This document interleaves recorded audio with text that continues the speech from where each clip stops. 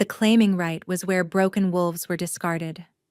And as Revna sat among the damaged, the barren, and the disgraced, she kept her gaze fixed on the stone floor beneath her motionless legs. She could feel them watching her. The whispers slithered through the great hall like smoke. The crippled one can't even stand for her own presentation. What alpha would burden himself with that? They weren't wrong to wonder. Revna had been carried onto the platform by two servants who had refused to meet her eyes. Her legs hung limp beneath the thin fabric of her gown, a constant reminder of everything she had lost 3 winters ago. She had stopped hoping long before today. If no one claimed her by moonrise, her father would finally have what he wanted: permission to send her to the labor camps in the northern mountains. There, wolves like her, useless, unwanted, were worked until their bodies gave out entirely. At least then, she thought bitterly, she wouldn't feel the cold.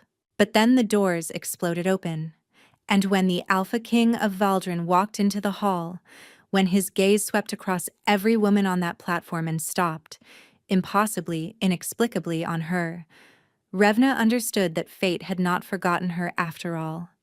It had simply been waiting to destroy her in a different way. The great hall of Thornwick Hold had seen celebrations and condemnations in equal measure. Tonight, it served as a marketplace. Revna had counted 17 women on the platform before she stopped. Counting felt too much like hoping, and hope had no place here. The claiming right existed for wolves who had failed at everything else, failed to find mates during the proper seasons, failed to bear children, failed to be beautiful or whole or useful enough to warrant traditional courtship. She had failed at all of it. The wooden chair beneath her creaked as she shifted, trying to find a position that didn't make her spine ache. Her father had refused to let her use the cushioned chair from home. "You'll look pitiful enough without appearing comfortable," he had said, as if comfort had ever been her concern. Around her, the other women stood in careful arrangements designed to highlight their remaining value. A widow with wide hips that promised fertility. A she-wolf whose family had fallen from grace, but whose bloodline still carried weight. A scarred warrior who could no longer fight, but could still breed strong pups. And then there was Revna, sitting while everyone else stood. A broken thing among the merely damaged. "Perhaps someone will take her as a servant," she heard a noblewoman murmur from the crowd below. "Surely she can still use her hands." Revna's fingers curled into fists beneath the thin blanket covering her legs. 3 winters ago, she had been able to dance. 3 winters ago, she had run through the forests of the Ashvane territory, with her wolf singing in her blood. 3 winters ago, she had been promised to a minor lord's son who had looked at her like she contained the moon. Then came the accident. The fall that wasn't a fall. The healer who had tried so desperately to save her, but had only managed to keep her alive. Now her wolf was silent. Her legs were dead. And the man who had promised to love her had vanished like morning frost. She had a half-sister somewhere. Marin, born before her father's remarriage, kept isolated for reasons no one would explain. Another loss. Another absence. The auctioneer droned on, his voice carrying the bored efficiency of a man performing a tedious duty. "Next, we have..." The doors did not open. They shattered. Both oak panels flew inward with enough force to crack the stone walls on either side. The wind that rushed through carried the scent of pine and iron and something else. Something that made every wolf in the hall drop their eyes to the floor. Alpha presence. Not ordinary dominance. This was the kind of power that existed in bloodlines so ancient they predated the kingdoms themselves. Revna's breath caught in her chest. She had heard stories of the Alpha King of Valdrin. Everyone had. They said Calder Vorn had inherited his throne at 19 after his entire family perished in a single night. They said his wolf was so powerful it had driven 3 challengers mad before they could even shift. They said he was beautiful in the way that glaciers were beautiful, cold, merciless, and capable of crushing everything in their path. The stories had not prepared her for the reality. He was tall enough that the doorframe barely cleared his head. His hair was dark as a moonless night, cropped short in the military fashion of the Northern Territories. His jaw could have been carved from the mountains themselves, but it was his eyes that made Revna's heart stutter. They were pale, almost colorless, like ice over deep water, concealing depths that promised drowning. Those eyes swept across the platform, dismissing each woman with a glance: the widow, the disgraced noblewoman, the scarred warrior. His expression revealed nothing. Not interest, not disgust, not even boredom, just cold assessment. Then his gaze reached Revna and stopped. For 3 heartbeats, neither of them moved. She could not look away. Something in those frozen eyes had locked onto her, pinning her in place more effectively than her dead limbs ever could. "Your Majesty." The auctioneer stumbled over his words, his face gone pale. "We are deeply honored by your presence. If you would allow me to present our finest candidates?" "No need." His voice matched everything else about him. Deep, cold, final. The Alpha King walked forward, and the crowd parted before him like water before a blade. He passed the widow without a glance, past the noblewoman, past the warrior. He stopped directly in front of Revna's chair. Up close, she could see the faint scars on his knuckles, the way his chest rose and fell with controlled precision, the almost imperceptible tension in his jaw, as if he were clenching his teeth against something she couldn't see.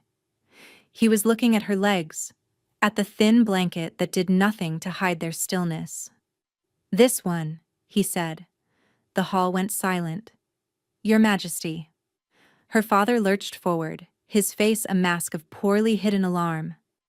"Surely you've been misinformed about her condition. She cannot walk. She cannot shift. She is—" "I am aware."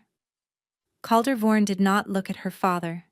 He was still watching her, those frost-gray eyes searching for something she didn't understand. "She is damaged goods," her father pressed. "I would not have your Majesty burdened with—" I said. The temperature in the hall dropped. Literally dropped. Revna could see her breath misting in the air. "I am aware." Her father fell silent, fear bleeding through his scent. The Alpha King turned his attention back to Revna. For one impossible moment, something flickered in those frozen depths. Not warmth, exactly, but recognition. As if he had been looking for her specifically. As if he had known she would be here. "Can you feel them?" he asked quietly. "Your legs." Revna's throat tightened. "No, Your Majesty." He nodded once. Then, without warning, he bent down and lifted her from the chair. She gasped. His arms were solid as iron beneath her, one hooked under her knees, the other supporting her back. He held her as if she weighed nothing, as if carrying a broken woman before the entire assembly was the most natural thing in the world. "I'm taking her," he announced. And as chaos erupted behind them, as her father sputtered protests and the crowd dissolved into shocked whispers, Revna stared up at the face of the Alpha King and wondered what kind of monster she had just been claimed by. The carriage moved through the night like a ship through dark waters. Revna sat propped against velvet cushions, her legs arranged carefully by servants who had appeared from nowhere and vanished just as quickly. Through the small window, she watched the familiar landscape of Ashvane territory disappear behind them, replaced by dense forests and jagged peaks she had only seen in maps. Valdrin, the Northern Kingdom. A land of ice and stone where wolves were said to be more beast than civilized. She was going to be queen of it. The absurdity almost made her laugh. Almost. The Alpha King sat across from her, silent as a tomb. He had not spoken since lifting her from the platform. Had not explained why he had chosen her. Had not even looked at her. His gaze fixed on the darkness beyond the window, as if he could see something in it that she couldn't. Revna studied him in the flickering lamplight. Up close, with time to observe, she noticed things she had missed before. The shadows beneath his eyes, dark as bruises. The faint tremor in his hands that he controlled with visible effort. The way he kept his breathing shallow and measured, as if deeper breaths caused him pain. Something was wrong with him. Something beyond mere coldness. "You're staring." His voice made her jump. He still hadn't turned from the window. "Forgive me, Your Majesty," she managed. "I was simply wondering why." "Why what?" "Why me?" The words came out harder than she intended. "You could have chosen any woman in that hall. Whole women. Women who can walk. Women who can give you airs without... Without what?" Now he did turn, that winter stare fixing on her with unsettling intensity. "Without complication? Without inconvenience?" Revna's chin lifted despite herself. "Without a chair." For a long moment he said nothing. Then, impossibly, the corner of his mouth twitched. Not quite a smile, but something close to it. "I don't need a woman who can walk," he said quietly. "I need a woman who won't love me." The words hung between them, strange and heavy. "Your Majesty, you will be my queen." He said it like a fact, not a question. "You will have every comfort, every luxury, and every protection I can provide. You will want for nothing. In return, you will give me heirs. And when that duty is fulfilled, we will live entirely separate lives." Revna blinked. "You want a broodmare. I want an arrangement." He leaned forward slightly, and she caught a flash of something desperate beneath the ice. One without sentiment, without attachment, without love. "Why?" His jaw tightened. "Because love will kill me." Before she could respond, the carriage lurched. Revna's body pitched sideways, her unresponsive legs failing to brace her. She would have fallen if Calder hadn't moved, faster than she could track, catching her shoulders and steadying her against the seat. His hands were cold, shockingly cold, even through the fabric of her dress. "Your hands," she whispered. "They're like ice." He withdrew immediately, retreating to his side of the carriage, but not before she saw it. The flash of shame in his eyes. The flicker of something wounded. "A family condition," he said flatly. "Nothing more." Revna knew a lie when she heard one, but she also knew better than to push a king. The carriage continued through the darkness, and when the fortress of Valdren finally rose before them, a massive structure of black stone and frost-covered towers, Revna understood that she was entering a cage far more complex than the one she had left. The only question was whether this cage would keep her safe or crush her entirely. The throne room of Valdren was a cathedral of ice. Massive pillars of white stone rose toward a vaulted ceiling that seemed to disappear into shadow. Enormous windows lined the walls, but instead of letting in warmth, they framed a landscape of eternal winter. Snow-covered mountains, frozen rivers, forests of evergreens bowed under the weight of frost. Revna had been dressed by a team of silent servants in a gown of deep emerald that made her feel like an imposter. They had arranged her in a wheeled chair lined with white fur, positioning her beside the throne where the Alpha King sat, in cold, perfect stillness. The nobles had gathered to witness the contract signing.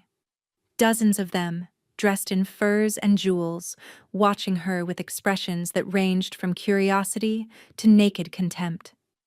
"She can't even stand for her own binding," someone whispered.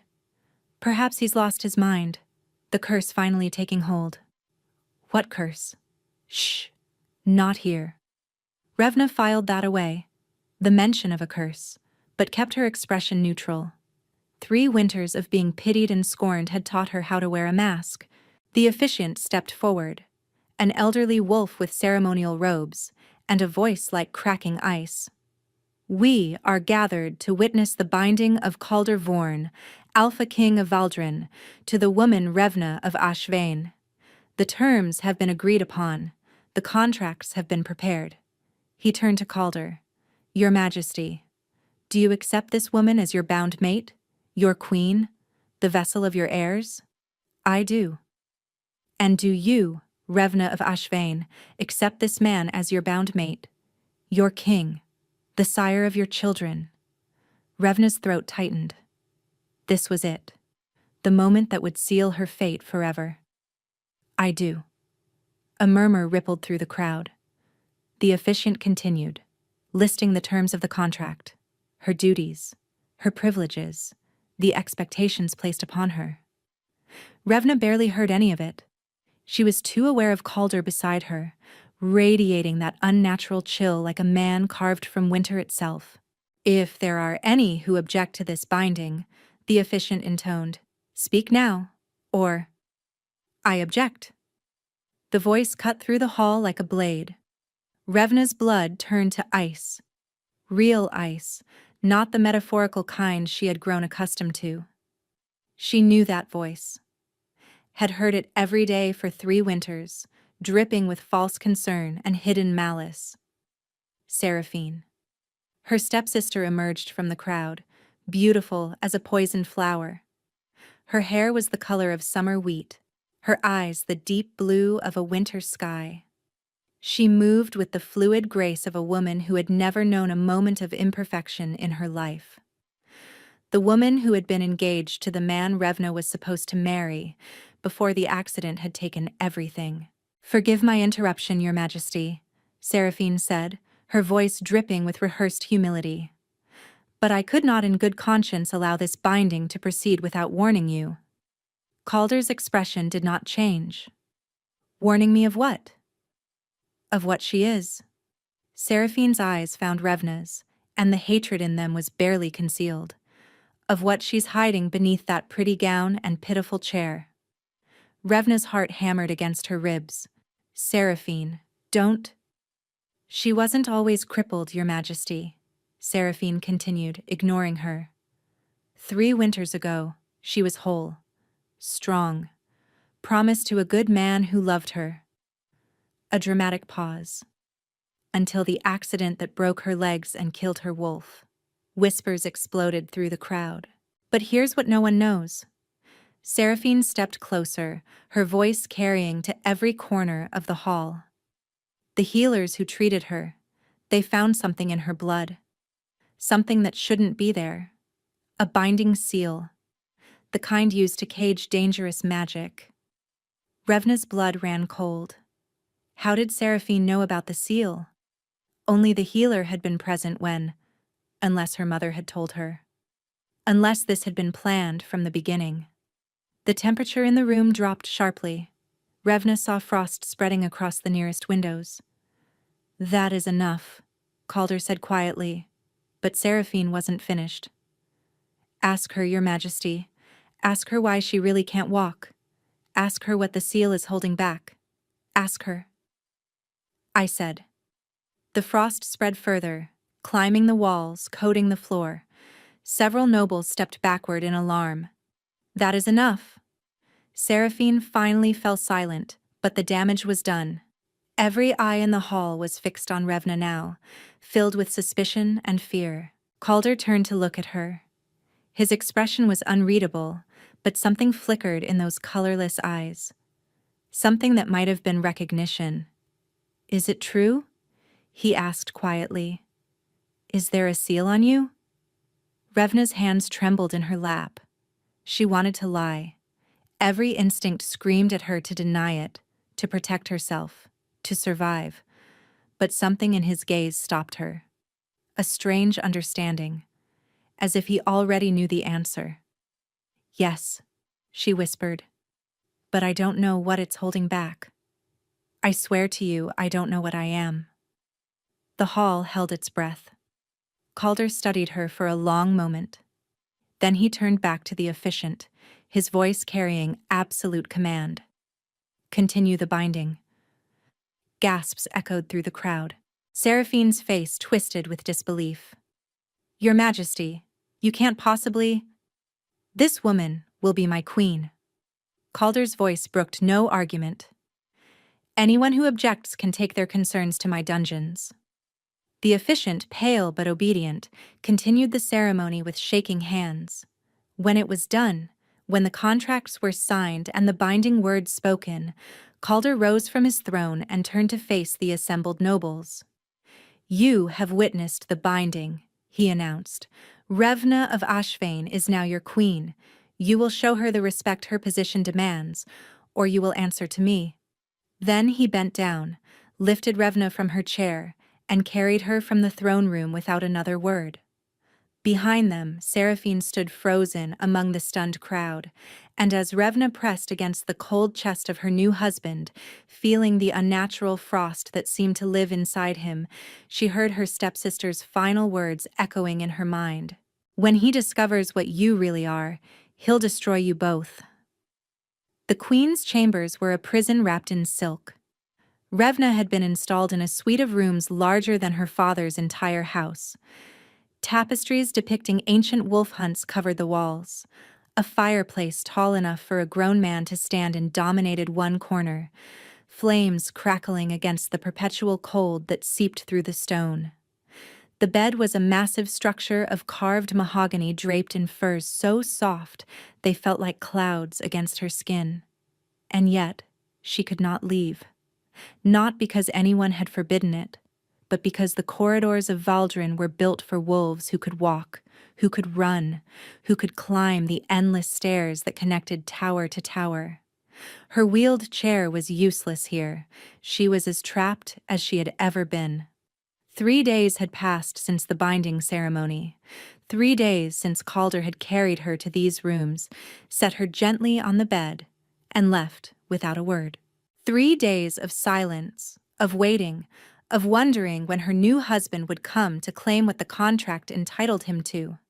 Her body, her womb, the heirs he needed. On the 4th night, he finally came.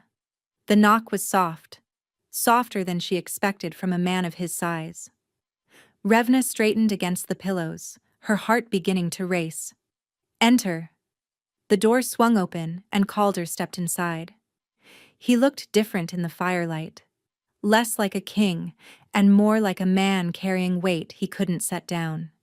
His formal clothes had been replaced by a simple white shirt, unlaced at the throat, and dark trousers that emphasized the lean power of his frame. His feet were bare against the stone floor. Bare feet. Something about that detail made him seem almost vulnerable. "I apologize for the delay," he said, closing the door behind him. "There were matters that required my attention." "You don't owe me explanations, Your Majesty." "Calder." He crossed the room slowly, giving her time to adjust to his presence. "When we're alone, I would prefer you use my name." Revna swallowed. "Calder." The word felt strange on her tongue, intimate in a way she hadn't expected. He stopped at the edge of the bed, looking down at her with those unreadable winter eyes. The fire cast shadows across his face, highlighting the sharp angles of his cheekbones, the firm line of his jaw. "I know what was agreed upon," he said quietly. "The contract, the heirs. I know what you're expecting tonight." Revna's fingers curled into the furs beneath her. "I'm prepared to fulfill my duties." Something flickered in his expression. Pain, perhaps, or disappointment. "That isn't what I want." She blinked. "I don't understand." Calder sat on the edge of the bed, not close enough to touch her, but close enough that she could feel the chill bleeding from his skin. That unnatural cold that seemed to live inside him. "I want you to understand something," he said. "When this happens, and it will happen, eventually, it won't be because of duty. It won't be because of contracts or obligations or the expectations of my court." His eyes met hers, and for the first time, she saw something beneath the ice. Something raw, and desperate, and achingly human. "When I come to you, Revna, it will be because you want me to. Not before." The words landed like stones dropped into still water, sending ripples through everything she thought she knew. "Why?" she whispered.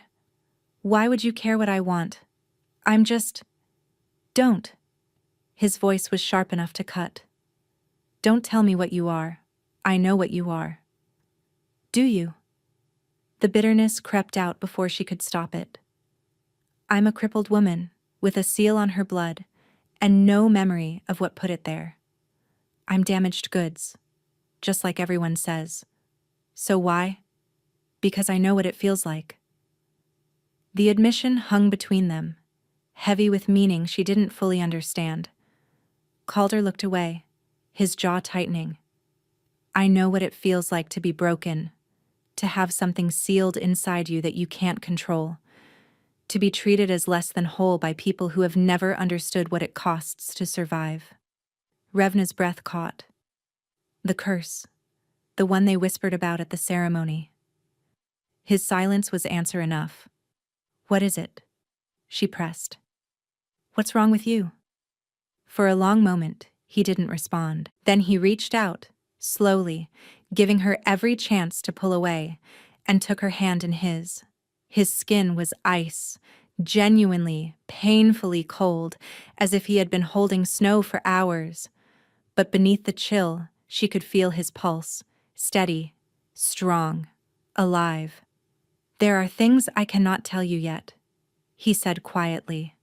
Things that would put you in danger if you knew them too soon. But I will tell you this. He lifted her hand to his lips and pressed a kiss to her knuckles. The cold of his mouth sent shivers racing up her arm. I did not choose you because you were broken, Revna. I chose you because you survived. The firelight danced across his features as he lowered her hand, still holding it gently in his frozen grip. Now, I'm going to stay with you tonight. Not to claim you. Not yet. But because the court is watching, and they need to believe this marriage is real. He paused, something almost vulnerable crossing his face. And because I don't want to be alone. Revna should have been afraid, should have been suspicious, should have demanded answers about the curse, about the cold, about why a king who could have anyone had chosen a woman who couldn't walk. Instead, she shifted on the bed, making room for him beside her. Then stay. The surprise in his eyes was worth every question she didn't ask. Calder settled beside her, careful not to touch her legs, careful to maintain a respectful distance. But when Revna shivered from the cold emanating from his body, he pulled one of the furs over both of them. I run cold, he murmured. I should have warned you. I noticed. Another almost smile. Most people flinch when they touch me. I'm not most people. No. His pale gaze studied her face in the firelight. You're not. They lay in silence for a while, the fire crackling, the wind howling outside the frosted windows. Revna found herself watching the rise and fall of his chest, the way his breathing stayed carefully controlled even in rest. Can I ask you something? She said finally. You can ask. I may not answer. The cold? Has it always been like this? His jaw tightened almost imperceptibly. No, it started 5 winters ago, the night my family died. Before she could respond, his hand found hers beneath the furs. His fingers were freezing, but his grip was gentle. Sleep, Revna. We have time for questions later. She shouldn't have been able to sleep, not with a stranger beside her, not with a curse hanging over both their heads, not with Seraphine's warning echoing in her mind. But somehow, impossibly, the cold that radiated from his body became almost comforting, like winter settling over the land. Harsh? Yes, but also clean, pure. When Revna finally drifted off, her hand was still wrapped in his. And she didn't dream of falling. She dreamed of ice. She woke to an empty bed and a single winter rose on the pillow beside her. White as snow, cold as his touch, but alive despite the frost. Revna pressed her fingers to the petals and smiled. The pattern established itself over the following weeks. Each night, Calder would come to her chambers after the castle had gone quiet. Each night, they would lie together beneath the firs, talking or sitting in comfortable silence, his cold presence becoming as familiar to her as her own heartbeat. He told her about the kingdom, about the constant threats from the Eastern territories, about the nobles who questioned his every decision, and the foreign dignitaries who sent their daughters in hopes of a more advantageous match. She told him about Ashvain, about her mother, who had died when she was young, about her father's remarriage to Seraphine's mother, a woman whose sweetness in public masked cruelty in private, about the winters of being made to feel like an intruder in her own home. They did not speak of the accident. Not yet. They did not speak of the seal on her blood or the curse that made him cold. But something was growing between them. Something that shouldn't exist in a contractual marriage. Something dangerous. On the 14th night, Calder arrived earlier than usual. "There's something I want to show you," he said. Before she could respond, he crossed to the bed and lifted her into his arms. That same effortless strength he'd shown at the claiming right. She was getting used to being carried by him, getting used to the solid press of his chest against her side, the way his cold arms somehow made her feel safer than any warmth ever had. "Where are we going?" "You'll see." He carried her through corridors she hadn't known existed, hidden passages behind tapestries, narrow stairs that wound deep into the mountain the castle was built upon. The air grew warmer as they descended, the frost on the walls giving way to bare stone slick with moisture. Finally, they emerged into a cavern. Revna gasped. Hot springs filled the space, steam rising from water that glowed faintly blue in the darkness. Crystals embedded in the cavern walls caught the light, scattering it like captured stars.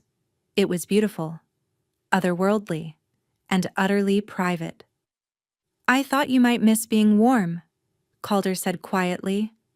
The thoughtfulness of it made her throat tight. "You brought me to a hot spring?" "I had servants prepare it.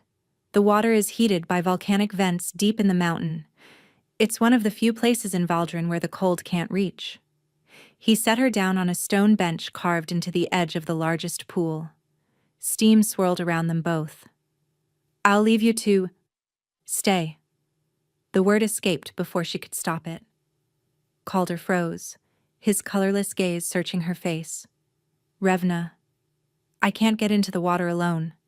It was true, but it wasn't the real reason she'd asked. "Help me, please."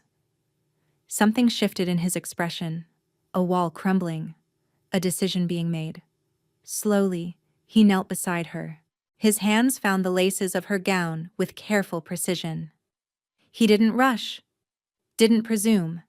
Each movement was a question, and each time she nodded, he continued. The fabric fell away from her shoulders, pooling around her waist. Revna's breath came faster, but not from fear. From something else entirely. "You're beautiful," he murmured. "You can't even see me properly in this light." "I don't need light to know." He lifted her again, carrying her into the water with him. The heat was shocking after weeks of his constant cold, delicious and overwhelming and almost painful in its intensity. Revna moaned as the warmth enveloped her legs, soothing muscles that had forgotten what it felt like to be anything but numb. Calder held her against his chest, supporting her weight effortlessly. The water came up to her shoulders, but she could feel him beneath the surface, solid, strong, real. "Does it hurt?" she asked. "The heat?" "Yes." "Then why?" "Because you needed it." His voice was rough. "Because watching you shiver in that frozen room every night was destroying me." Revna's heart stuttered. She turned in his arms, awkwardly, since her legs wouldn't cooperate, until she was facing him. The steam had dampened his hair, making it curl slightly at the ends. Water droplets clung to his jaw, his throat, the sharp lines of his collarbones. "Calder. We shouldn't." His voice was strained. "The contract doesn't require—" "Forget the contract." She kissed him. His lips were cool even in the heated water, but they softened against hers instantly. For one heartbeat he was perfectly still. Then his arms tightened around her, one hand coming up to cup the back of her head, and he kissed her back with a hunger that stole her breath. It wasn't gentle. It wasn't careful. It was the kiss of a man who had been starving for something he'd forbidden himself to want. When they finally broke apart, both gasping, his forehead pressed against hers. "This is dangerous," he whispered. "You don't understand what you're risking." "Then tell me." His eyes met hers, and she saw it. The fear beneath the ice. The desperate, aching longing that matched her own. "Not yet," he said. "Not tonight. Tonight I just want—" He didn't finish. He didn't need to.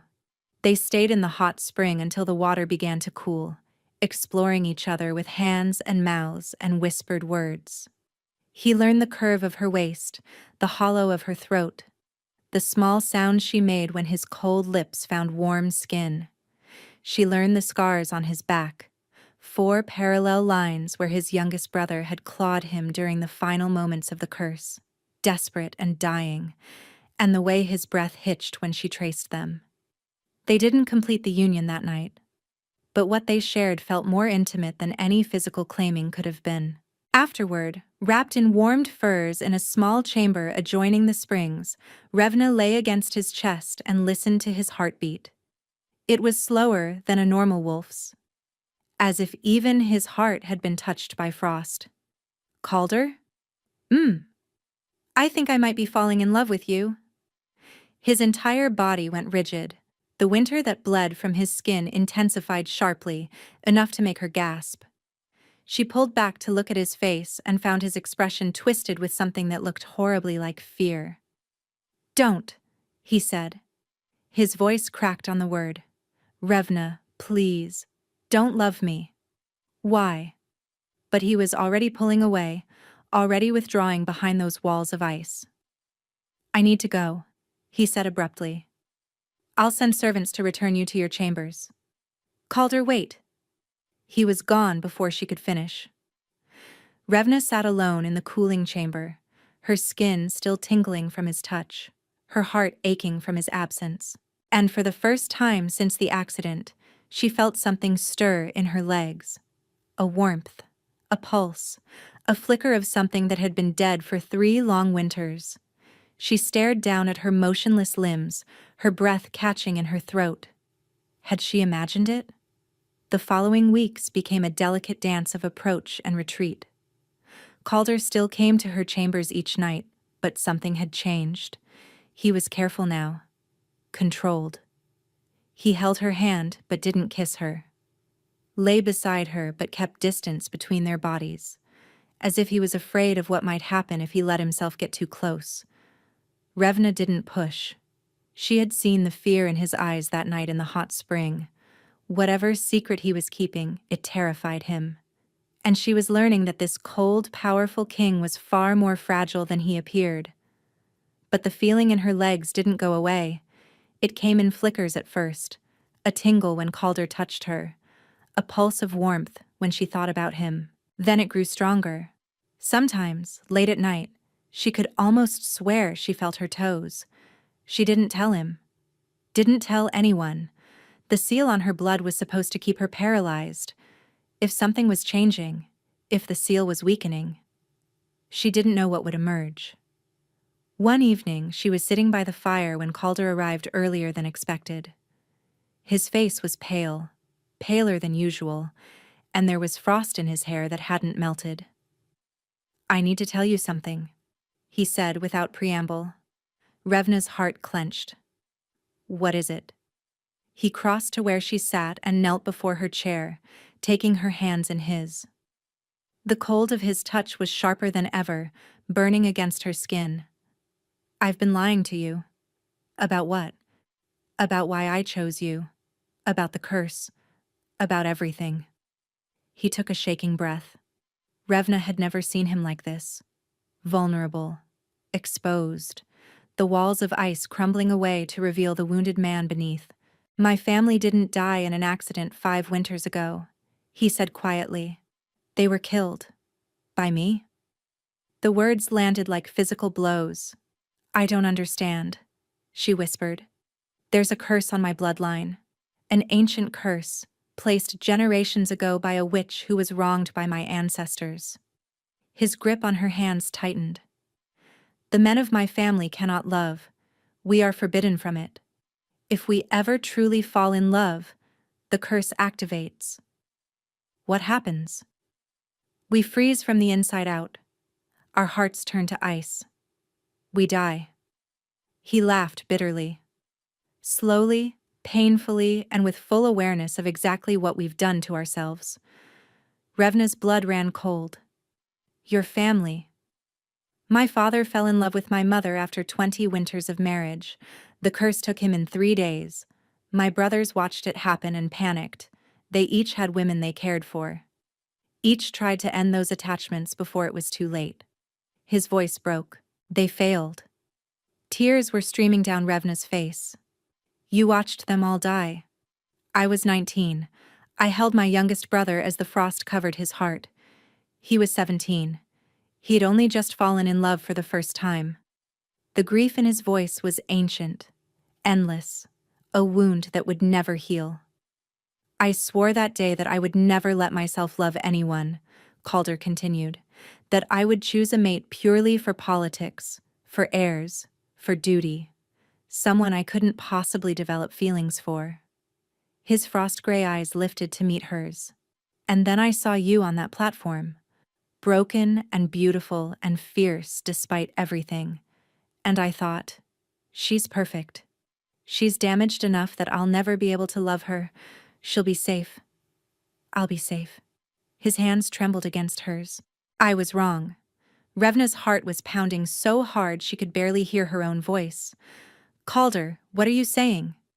I'm saying that every night I've spent with you has been a battle. I'm saying that when you kissed me in that hot spring, something cracked inside me that I can't put back together. I'm saying... He stopped. His face contorted with pain. I'm saying that I think I'm falling in love with you, Revna, and it's going to kill me. No. The word burst out of her. No, there has to be a way to break it. Curses can be broken. Seals can be... She froze. Seals. Calder. Her voice shook. The seal on me. What if it's connected? What if whoever cursed your family also... That's impossible. But doubt flickered in his eyes. The curse was placed centuries ago. You're only... I don't know what I am. Revna gripped his hands tighter. I don't know why I was sealed or by whom, or what happens if the seal breaks. But I know that ever since we've been together, I've started feeling things. In my legs. Things that should be impossible. Calder went very still. What kind of things? Warmth. Pulses. Like something is waking up inside me. She leaned forward urgently. What if the curse and the seal are linked? What if breaking one breaks the other? What if... His eyes widened. And then he screamed. The sound was unlike anything she'd ever heard. Raw agony torn from the depths of a man who had trained himself never to show weakness. His hands spasmed around hers, then released as he collapsed backward onto the floor. Calder! Revna tried to move, tried to go to him, but her legs refused to cooperate. Calder! He was convulsing on the stones, frost spreading across his chest, climbing his throat, coating his face in a mask of ice. His eyes were wide open, fixed on the ceiling, filled with terror. Guards! Revna screamed. Someone help! But even as footsteps thundered in the corridor, even as servants burst through the door and chaos erupted around her, Revna knew the truth. Calder Vorn, Alpha King of Valdren, was dying, and she was the reason why. The healers couldn't touch him. Every time they reached for the Alpha King, the cold that radiated from his body burned their hands like frostbite. Frost crept across the floor around him, turning the stone white, making the air so frigid that breath came out in thick clouds. Revna had been lifted into a chair by the servants, positioned helplessly at the edge of the room while chaos swirled around her. She watched the healers argue, watched them gesture frantically at the spreading ice, Watch them shake their heads with the grim certainty of men who knew they were watching a king die.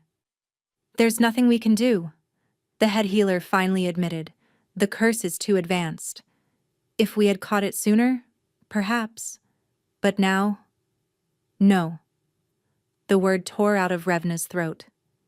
No, I refuse to accept that. She gripped the arms of her chair and pulled herself forward, ignoring the shocked gasps of the servants. Her legs dragged behind her as she half crawled, half pulled herself across the frost-covered floor toward where Calder lay motionless. My lady, you cannot. Don't touch me. She reached him. His skin was white as marble now, frost coating his eyelashes, his lips blue with cold. But his chest still rose and fell in shallow, labored breaths. He was alive. Barely. Calder. She gripped his frozen hand, ignoring the burning cold. Calder, can you hear me? His eyes fluttered open. The pale gray had been nearly consumed by white, like ice spreading across a winter lake. But there was still recognition in them. Still him. Revna.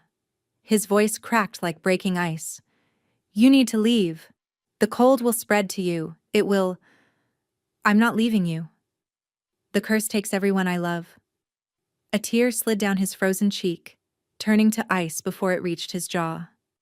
I've watched it happen. I won't watch it take you too. Then don't watch. She squeezed his hand tighter. Close your eyes and trust me. There's nothing you can do. There's no cure. The witch who cast this curse made certain of that. Only someone of her bloodline could break it. And she had no children. No descendants. The curse was designed to be eternal. Revna's mind raced. The seal on her blood. The power that someone had locked away. The feeling that had been returning to her legs ever since she met Calder. What was her name? She demanded. The witch who cursed your family. What was her name? Calder's brow furrowed weakly. Why does that? Her name. Calder. Morven. The word came out as barely a whisper. Morven of the Ashvane territory. Ashvane. Revna's blood turned to ice colder than any curse. That's my territory, she breathed. I'm from Ashvane. My mother was from Ashvane. My mother's mother was from... She stopped. Her mother's mother. Her grandmother. A woman she had never met, who had died long before Revna was born. The women in her line had carried the name for generations, a tradition stretching back centuries to the original Morven herself. Her mother had spoken it only once, in a fever dream near the end of her life. You carry her blood, she had whispered. You carry Morven's fire. Oh gods. Revna's hands were shaking. Calder, I think. I think I might be her descendant. His eyes widened despite the frost consuming them. That's impossible. Is it? She leaned closer, her voice urgent. The original witch had no children that anyone knew of. But what if she did? What if she hid them to protect them from your family's retribution? What if the bloodline survived in secret, passed down through daughters who never knew what they were? If that were true, you would have power, magic, something. I do have something. Revna's voice broke. That's what the seal is for. Someone locked it away. Someone who knew what I was and wanted to make sure I could never use it. Calder stared at her, comprehension dawning in his frozen gaze. The accident, he whispered. It wasn't an accident. No. Tears streamed down her face. I don't think it was. His hand tightened weakly around hers. Then break it. Break the seal. If you really are Morven's descendant, if you really have the power to end this curse. I don't know how. The admission was agony. I don't know who sealed me or why or how to undo it. I don't even know what's inside me. Then find out. His voice was fading, the frost climbing higher. Find out before it's too late. Not for me. I'm already lost. But for yourself. For whoever did this to you. I won't let you die. You don't have a choice. There's always a choice. She bent down and kissed him. His lips were ice against hers, burning cold that seared her skin. But she didn't pull away. She poured everything she felt into that kiss, every moment they'd shared, every whispered conversation in the dark, every touch that had made her feel alive again for the first time in 3 winters. And deep inside her, something responded. Heat. Blazing, impossible heat, erupting from a place she hadn't known existed. It raced through her veins like wildfire, burning through her chest, her arms, her legs. Revna gasped and broke the kiss, looking down at her body. Light was glowing beneath her skin, golden and warm, pulsing with a rhythm that matched her heartbeat. "What's happening?" one of the healers shouted. The light grew brighter, the heat grew stronger. And for the first time in 3 winters, Revna felt her legs. Not just warmth, not just tingles. She felt them, truly felt them. The muscles, the bones, the nerves that had been dead for so long finally screaming back to life. The seal was breaking. "Revna!" Calder's eyes were wide with wonder and terror. "What are you—" But before she could answer, the light exploded outward in a blinding flash. When it faded, Revna was still kneeling beside him, her legs still motionless, the glow gone as quickly as it had come. And standing in the doorway, face twisted with fury, was her stepmother. "I told Seraphine to watch you," the woman hissed. "I told her to make sure this never happened. But you just couldn't stay broken, could you?" Revna's blood ran cold for an entirely different reason. "You," she breathed. "It was you. You did this to me." Her stepmother smiled, and it was the coldest thing in the room. "Of course it was me, you foolish girl. Who else had access to your food? Your medicine? Your healer?" "The healer." Revna's voice shook. "The one who treated me after the accident. She worked for you." "Worked for me? She is me." The woman's form shimmered, twisted, and for one horrible moment, Revna saw the truth beneath the mask, a face she recognized from her worst memories. "Did you really think I was just some bitter noblewoman who married your father for his money? I've been watching your family for 3 generations, waiting for one of you to manifest the gift. And when you did, you sealed it." Revna's fists clenched. "You paralyzed me to keep me powerless. I paralyzed you to keep the curse intact." Her stepmother's eyes blazed.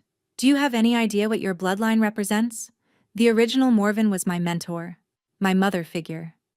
I've spent centuries protecting her legacy, making sure no wolf king would ever be free of the price they owed for what they did to her." She stepped forward, and cold power radiated from her, not like Calder's curse, but something older, darker. "I won't let you destroy everything she built, everything I've maintained. If I have to kill you both to preserve it, so be it." Revna had no power, no strength, no working legs. But she had rage. "You took everything from me," she said quietly. "My legs, my wolf, my life. And now you want to take him too? He was never meant to find love." Her stepmother circled closer, dark energy crackling around her fingers. "None of them were. That was the point. The original Morven cursed them to suffer as she suffered, to lose everyone they loved, as she lost everything when the first king murdered her mate and stole her lands. So you've been torturing innocent people for centuries to avenge a dead woman's grudge?" "Innocent?" The witch laughed. "The Vorn bloodline is soaked in blood. They've conquered, killed, and destroyed everything in their path. They deserve every moment of suffering." "And what about me?" Revna's voice rose. "What did I do to deserve being trapped in a broken body for 3 winters? What did I do to deserve losing everything I was?" "You had the misfortune of being born." The witch raised her hand, dark energy gathering. "And now you'll have the misfortune of dying." She hurled the power forward. Revna threw herself over Calder's body, expecting pain, expecting death, expecting the end of everything. Instead, she felt heat. The golden light erupted from her again, stronger than before. It met the dark energy mid-air and shattered it like glass. The witch screamed, stumbling backward, her face twisted with disbelief. Impossible. The seal should hold. The seal. Your seal broke the moment I chose to die for him. Revna didn't know where the knowledge came from, but as she spoke the words, she felt their truth resonating in her bones. That's how Morven's magic works, isn't it? That's what she really cursed them with. Not the inability to love, the inability to be loved in return, the inability to have someone sacrifice for them. But I just did. She pulled herself upright, and this time, impossibly, miraculously, her legs moved with her. Not smoothly, not gracefully, but they moved. No. The witch's voice cracked with panic. No, this cannot. You spent so long making sure I could never walk. You forgot what would happen if someone gave me a reason to. Revna stood. It was agony. Every muscle screamed, every nerve burned with 3 winters of dormant fire suddenly blazing back to life. Her knees buckled, but she caught herself against the bedpost, refusing to fall. You took my legs to keep me weak, but you made a mistake. She took a step, then another. You gave me time to learn what really mattered. You gave me time to understand what I was willing to die for. Another step. She was crossing the room now, each footfall more certain than the last. The golden light surrounded her like armor, like wings, like the power of every ancestor who had come before her. And now I'm going to end this. Not just for him. For everyone your curse has ever touched. The witch hurled another blast of dark energy. Revna raised her hand and caught it. The power burned, but she held on. Morven's blood flows in my veins, Revna said. Her gift. Her magic. But I'm not her. And I refuse to be her legacy. She turned the captured energy back on the witch, adding her own golden fire to it. The explosion was blinding. When the light cleared, her stepmother lay crumpled on the floor, the dark power drained from her completely. She looked old now, ancient, withered, her true age finally showing after centuries of magical preservation. This isn't over, the witch gasped.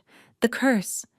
Even if you save him, it will pass to your children, to their children, forever. No. Revna knelt beside her, the golden light still burning in her palms. Morven's curse dies with you. I can feel it. The seal you put on me. It was linked to everything else. When it broke all of it. She placed her glowing hand on the witch's chest. I could kill you. I have every right. After everything you've done, everyone you've hurt. The witch's eyes widened with fear. But I'm not going to. Revna pulled her hand back. You're going to live. You're going to live as a mortal, without power, without magic, knowing that everything you spent centuries building has been destroyed by the very bloodline you tried to erase. She rose to her feet, her own feet, standing without support for the first time in 3 winters. Take her to the dungeons, she commanded the guards who had gathered in the doorway. She'll stand trial for her crimes against the crown. As the guards dragged the witch away, Revna turned back to Calder. The frost was receding. Color was returning to his cheeks. His eyes were open, clear gray once again, fixed on her with an expression of pure wonder. You're standing, he breathed. I'm standing. You broke the curse. I broke everything.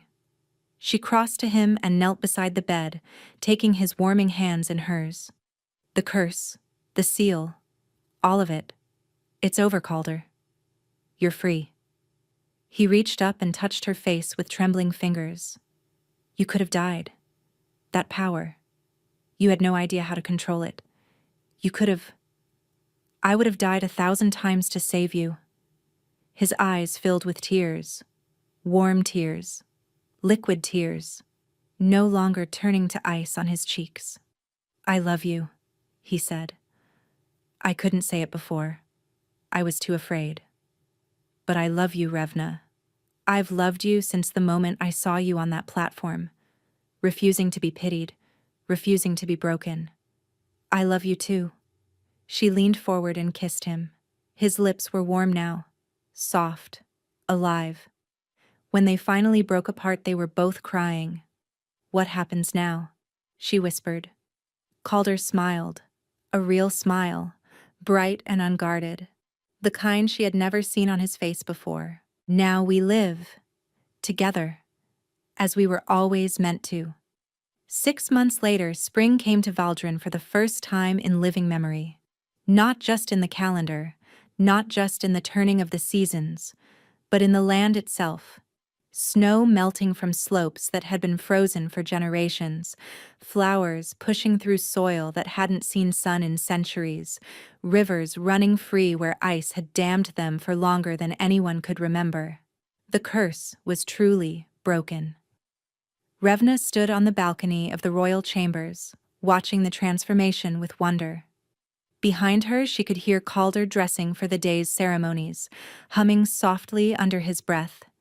He hummed now, laughed now, touched her with warm hands and kissed her with warm lips, and looked at her like she had personally hung the moon in the sky. It still made her heart skip every time. "The delegation from Ashvane has arrived," he said, coming to stand behind her and wrapping his arms around her waist. "Your sister is with them." "Seraphine?" Revna tensed slightly. "No. Your other sister, Marin." Ah, the half-sister she had barely known, born before the witch had entered their lives, kept isolated for winters as another victim of the woman who had infiltrated their family. Now she was free. They all were. Seraphine had been exiled to the southern territories, stripped of her family name, but spared imprisonment. Revna had argued for mercy despite everything. Some chains she had learned were forged by lies rather than malice. Her stepsister had been as much a pawn as anyone. "Is Marin nervous?" Revna asked. Terrified. Calder pressed a kiss to her temple. But she wanted to come. She wanted to meet the sister she was never allowed to know. Revna smiled. "Then we shouldn't keep her waiting." She turned in his arms, rising on her toes to kiss him properly. Her legs were still stiff some mornings, still ached when the weather turned cold. But they worked. They were hers again, and every step she took was a reminder of what she had survived. "The council wants to discuss the new laws today," Calder murmured against her lips. "The ones protecting magic bearers from persecution. Good. It's long overdue. They're calling it the Revna Accords." She pulled back, staring at him. "They're what?" His smile was pure mischief. "You shattered a centuries-old curse, exposed a conspiracy that had corrupted multiple noble houses, and somehow managed to not die in the process. They wanted to name something after you. I just wanted to save you. And you did." He cupped her face in his hands, warm hands, always warm now. "You saved me, you saved my kingdom, and you saved everyone who would have suffered under that curse for generations to come." His thumb traced her cheekbone. "My queen, my mate, my everything." Revna leaned into his touch, feeling the mate bond pulse between them, strong, unbreakable, and finally complete. "We should go meet my sister," she said reluctantly. "We should." Neither of them moved. 5 more minutes?" he suggested. She laughed. 5 more minutes." They stood together on the balcony as spring bloomed across the kingdom of Valdrin, two broken people who had found each other in the dark and walked into the light together. And somewhere in the distance, a wolf howled. Revna's wolf, finally awakened after 3 silent winters, singing its joy to the morning sky. They had both been shattered. They had both been saved. And their story was only beginning.